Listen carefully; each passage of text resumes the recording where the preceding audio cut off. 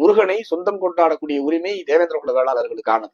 அதிலும் குறிப்பாக திருப்பரங்குன்றம் முருகன் கோயில் எல்லாம் வந்து அவர் தெய்வானை மனமுடிக்கக்கூடிய நிகழ்ச்சி என்பது மிகப்பெரிய பாரம்பரியமான வரலாற்று தொடர்புடைய நிகழ்ச்சி. ஒரே ஒரு நாள் தான் வந்து மதுரை மீனாட்சி சுந்தரேஸ்வரருடைய ஆலயம் நடைகள் சாத்தப்பட்டு அவங்க 2 பேரும் பயணமாக திருப்பரங்குன்றம் போறதாக ஒரு சடங்கு நிகழ்ச்சி நடக்கும்.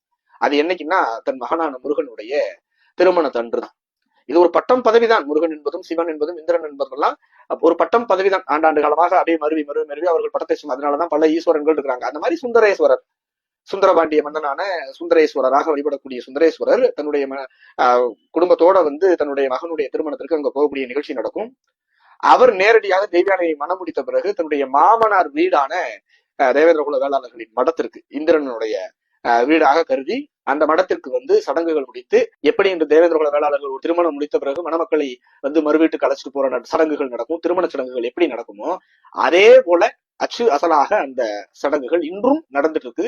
இன்னைக்கும் அந்த பகுதியில் இருக்கக்கூடிய மாடக்குளம் அப்படிங்கிற ஊரை சேர்ந்த ஊர் குடும்பரான விகேடி உதயகுமார் அப்படிங்கிறவருக்கு பரிவட்டம் கட்டப்படும். அதே மாதிரி பழங்கானத்தம், விளாச்சேரி, திருப்பரங்குன்றம், அனுப்பானடி இந்த ஊரு குடும்பர்களுக்கும் அங்கு வந்து பரிவட்டம் கட்டப்படும்.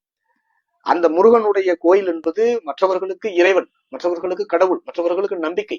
ஆனால் தேவேந்திர குல வேளாளர்களை பொறுத்த மட்டிலும் அவர் வந்து வீட்டுல பிறந்து உறவினர், ஒரு பிளட் அப்படிதான் வந்து அந்த சடங்குகள் இன்று வரை நடந்துட்டு இருக்கு. அதன் அடிப்படையில தான் அந்த முருகன் கோயிலை எல்லோரும் பார்த்துட்டு இருக்கிறாங்க.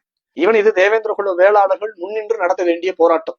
எங்கள் முருகன் எங்கள் மலை அப்படின்னு இந்த போராட்டம் நடக்கணும்.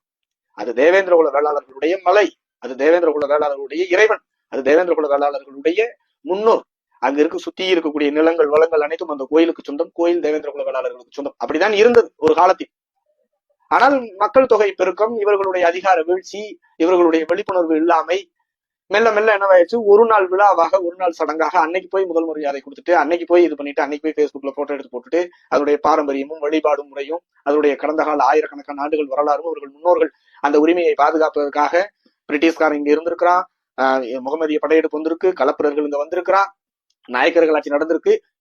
எத்தனையோ இழப்புகளை சந்தித்த போதும் அந்த வழிபாட்டு முறைகள், அந்த பண்பாடு, அந்த கோயிலுக்கு உண்டான மரியாதை என்பதை பல இழப்புகளுக்கு மத்தியில் தேவேந்திர குல வேளாளர்கள் காப்பாத்திட்டே வந்திருக்கிறாங்க.